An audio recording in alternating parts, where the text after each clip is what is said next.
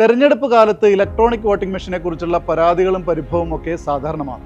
Voting മെഷീനുകളുടെ വിശ്വാസ്യതയെ ചൊല്ലി പ്രതിപക്ഷ പാർട്ടികൾ പലപ്പോഴും രംഗത്ത് വരാറുമുണ്ട്. ഇന്ത്യയിൽ ആദ്യമായി വോട്ടിംഗ് മെഷീൻ പരീക്ഷണാടിസ്ഥാനത്തിൽ ഉപയോഗിച്ച കേരളത്തിലെ നോർത്ത് പറവൂരിനും അങ്ങനെ ഒരു കഥ പറയാനുണ്ട്.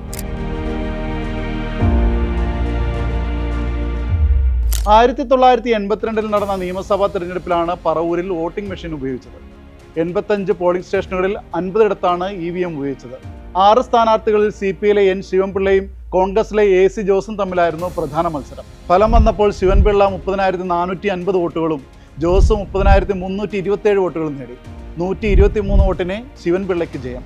പക്ഷേ തോൽവി അംഗീകരിക്കാൻ ജോസ് തയ്യാറായില്ല.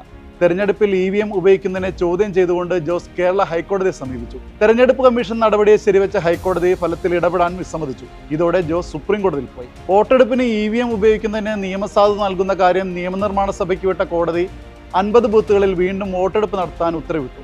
അങ്ങനെ 1984 EVM ഉപയോഗിച്ച 50 ബൂത്തുകളിൽ ബാലറ്റ് ഉപയോഗിച്ച് വീണ്ടും വോട്ടെടുപ്പ് നടത്തി. ശേഷിച്ച 34 ബൂത്തുകളിലെ വോട്ടുകളും ചേർത്ത് എണ്ണിയപ്പോൾ AC ജോസിന് 32,781 വോട്ടും ശിവൻപിള്ളയ്ക്ക് 31,335 വോട്ടുകൾ ലഭിച്ചു.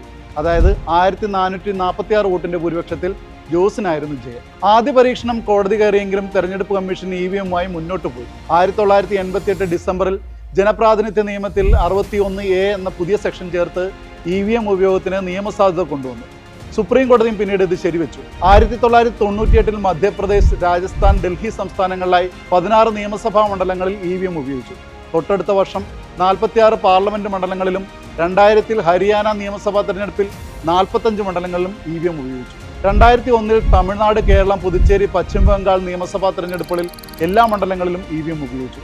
പിന്നീട് നിയമസഭാ തെരഞ്ഞെടുപ്പുകളിലും 2004 മുതൽ ലോക്സഭാ തെരഞ്ഞെടുപ്പിലും EVM മാത്രമായി. ഇങ്ങനെ തെറ്റിയും തിരുത്തിയുമാണ് EVM ജനാധിപത്യ പ്രക്രിയയുടെ ഭാഗമായത്.